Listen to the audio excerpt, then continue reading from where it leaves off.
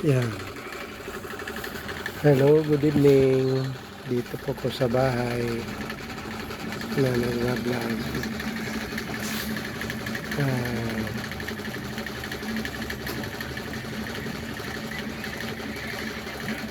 Hinihiling ko lang sa inyo na sana pag napanood niyo po ako, pakipalo na lang po para tumas naman yung mga viewer ko sa pagbablog ko. Lalo sa gabing ito, dito po ko sa bahay. Hinihiling ko lang sa inyo na sana pag napanood niyo po ako na sa aming kahirapan ay matulungan mo po kami, lalo na Panginoon, lalo na sa mga nag-aaral namin, sa mga nag-aaral kong mga anak. May mga apo ko dito, marami, kaya lang wala kaming pang-sustento na pang-araw-araw, kaya minsan walang merenda. Bagamat makakain ng umagahan, tanghalian, hapunan, ang merenda lang wala. Kaya lang yung mga bata pagka pumasok sa eskwelahan, yan, walang baon. Magtitiis sila na dumating ang oras na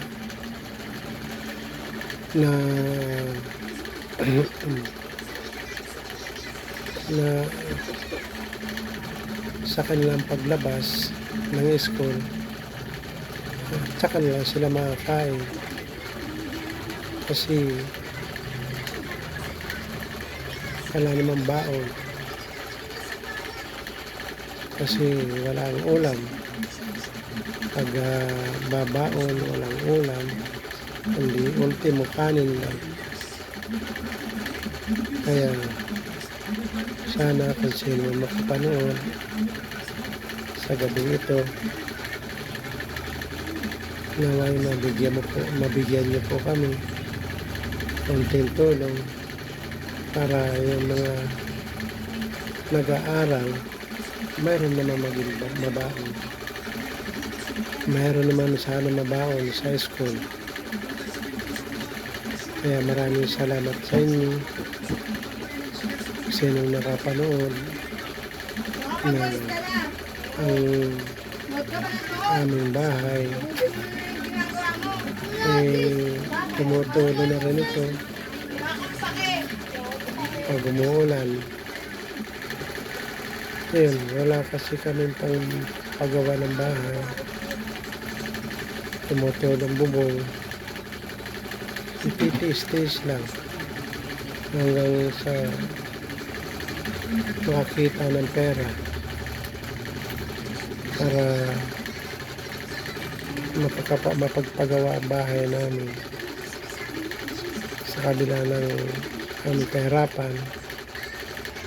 Kaya nagtitiis po kami.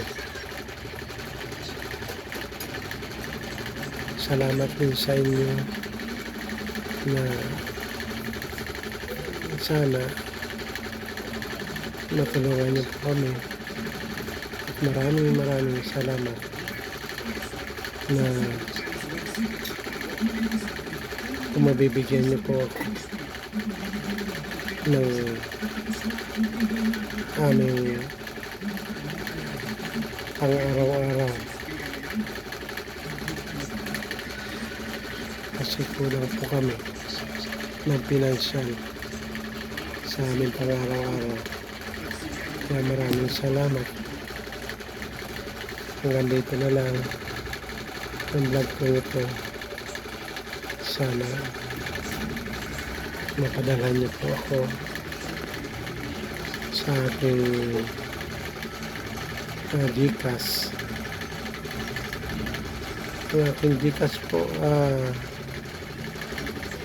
0953-6878-59.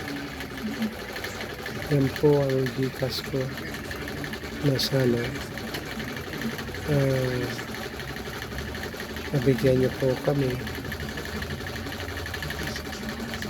para naman mayroon naman pang araw-araw na aming pangailangan. Yan ng Panginoon sa mga bata na nag-aaral. Sila po nag-aaral, walang baon. Yan, nakakain lang pag umuwi. Nasa bahay na. Kasi nahiya naman sila magbaon na walang ulam. Puro kanin lang kakainin. Kaya yan ang inihiling ko na sana nabibigyan niyo po kami at para magkaroon po ng mga baon ng mga bata sa kanilang pag-aaral. Kaya maraming salamat sa inyo kung sino man makapanood at nakita po nyo ang vlog ito. I-upload ko po ito para mapanood nyo. Kaya maraming salamat sa inyo lahat. Bye bye. Nandito na lang.